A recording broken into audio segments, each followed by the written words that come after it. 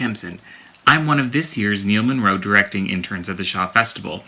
As part of our new sort of COVID time measures, I decided to take on an interview with Meg Roe, who's the director of Assassins and the director that I will be assisting during this year's season.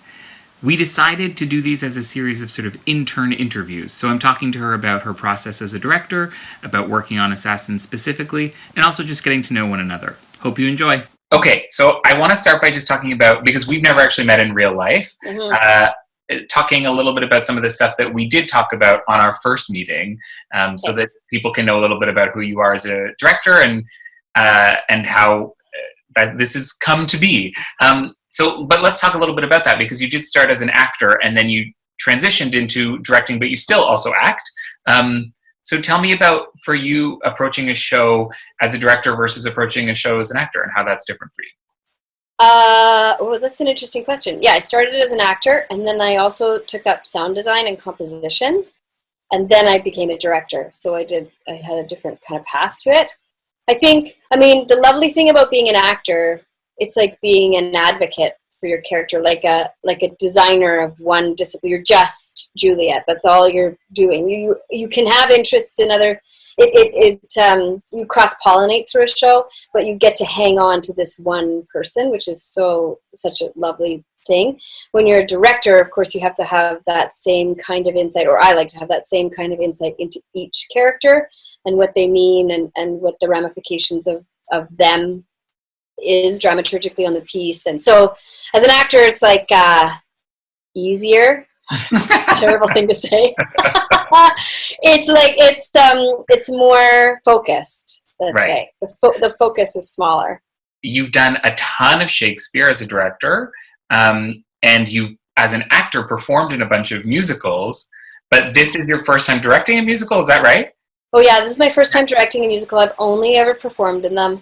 And again, it's like your focus is different. And I don't know that in the musicals I performed in, I didn't necessarily have an eye to what the directing of it would be like. I mean, only imaginary sort of feeling of what it would be like. So yeah, this is my first time. It's really hilarious that I very rarely get to hear anybody sing, and I have yet to hear the music as a piece, and no one's dancing. Like all the usual stuff, all the usual get out of jail free cards that you get as a director of a musical, that they don't exist for me at all right now. So it's well, no, and it is, because in the past when I've worked on musicals, like, you do get those first couple of days where you're just listening to people sing the same songs over and over again, and you're like, oh yeah, and I have this idea, and I have this idea, and you just don't get any of that at all with this process. Exactly.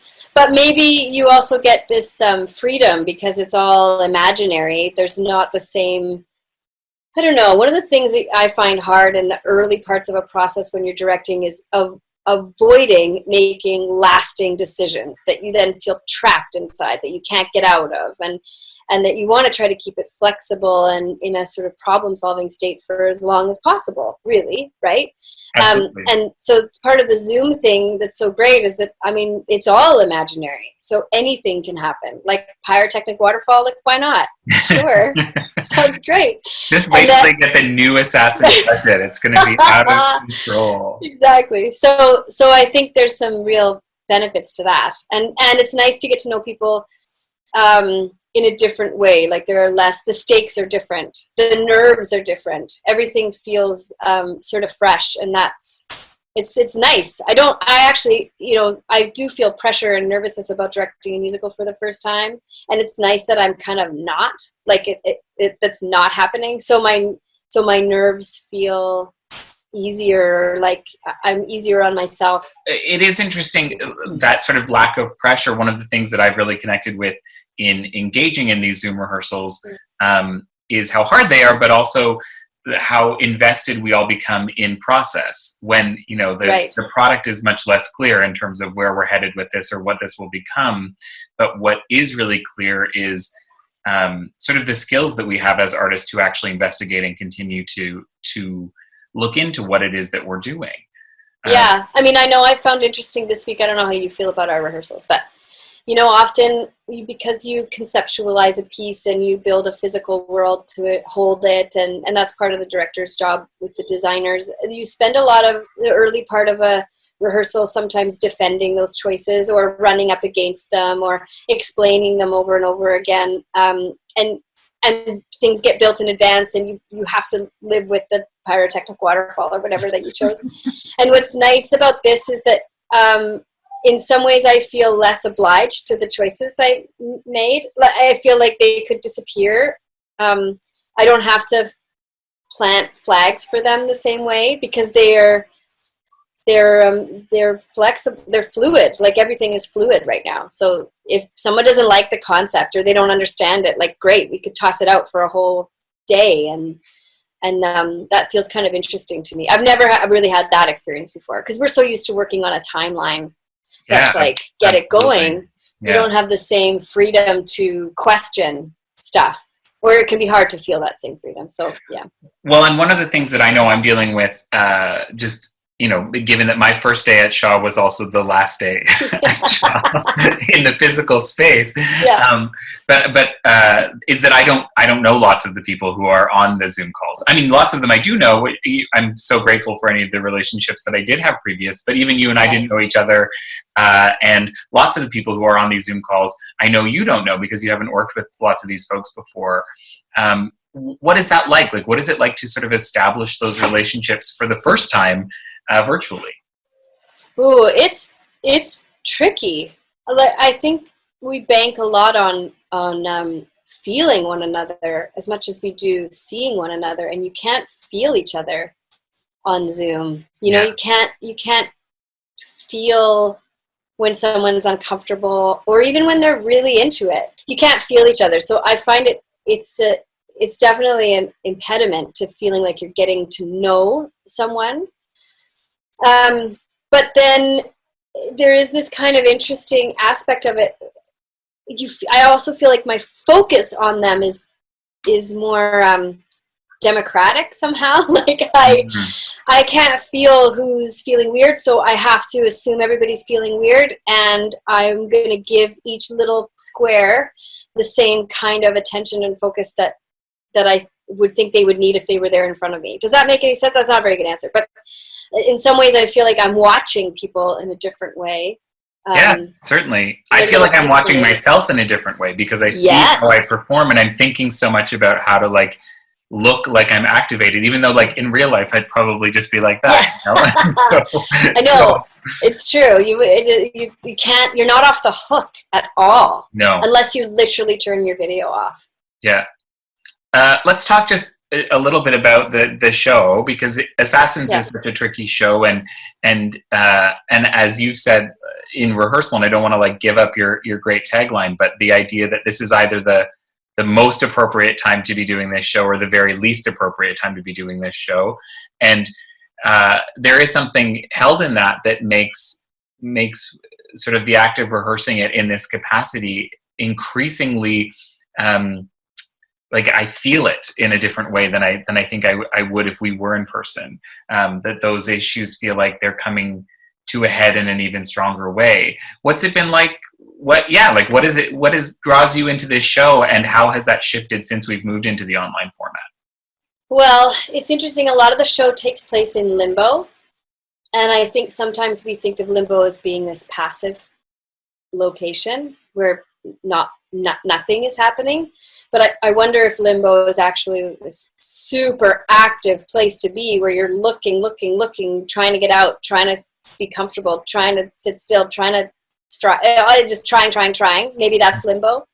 So in some ways the show, like the whole planet is in a kind of state of limbo, of betweenness right now, and the show feels really pertinent and volatile in this kind of limbo state. Like I feel shy to say anything about the show because it feels like it's moving all the time and shifting and changing, and the world around it is shifting and changing.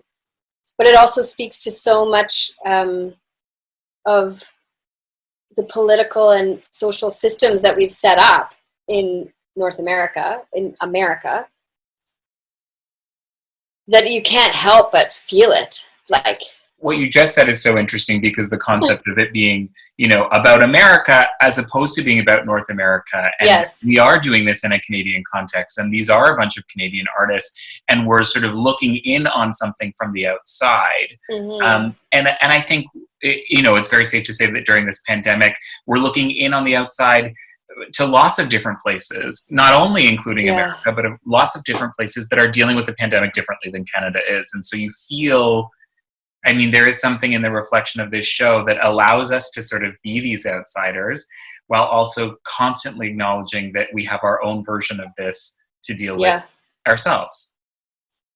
Well, it just feels like voyeurism, right? Voyeurism is really seductive. It's hard not to rubberneck.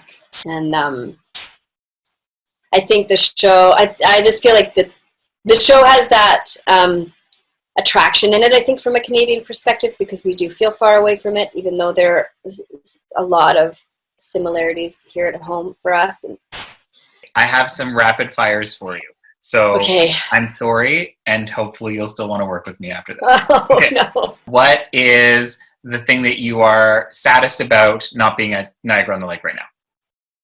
Oh, seeing all the people. What is a musical that you have always wanted to be in, like a dream role or a bucket list role? Waitress. Yeah, so good. I would right? That would be great. Okay, what's a musical that you would like to direct? Tim will be listening. He'll have to watch this. Oh, what do I want to direct? Make it really good for Shaw. Then see, that's terrible. I know. Well, Assassins. Great. Okay. And what is a play or a musical that you think about a lot, like that has sort of stuck with you? Either one that you've seen or one that you've just read or wanted to be a part of or have been a part of. Like, what is something that sort of sits in your heart from? Well, this might be a bit of a cop-out answer because we're doing Sondheim. Maybe I'm just thinking about Sondheim. But I saw Into the Woods, a touring production in Edmonton when I was a teenager. And I was like, I'd never seen anything like that before. And I loved it so much. And I've been thinking about it a lot because of how accessible it felt. Even to a dummy. Yeah.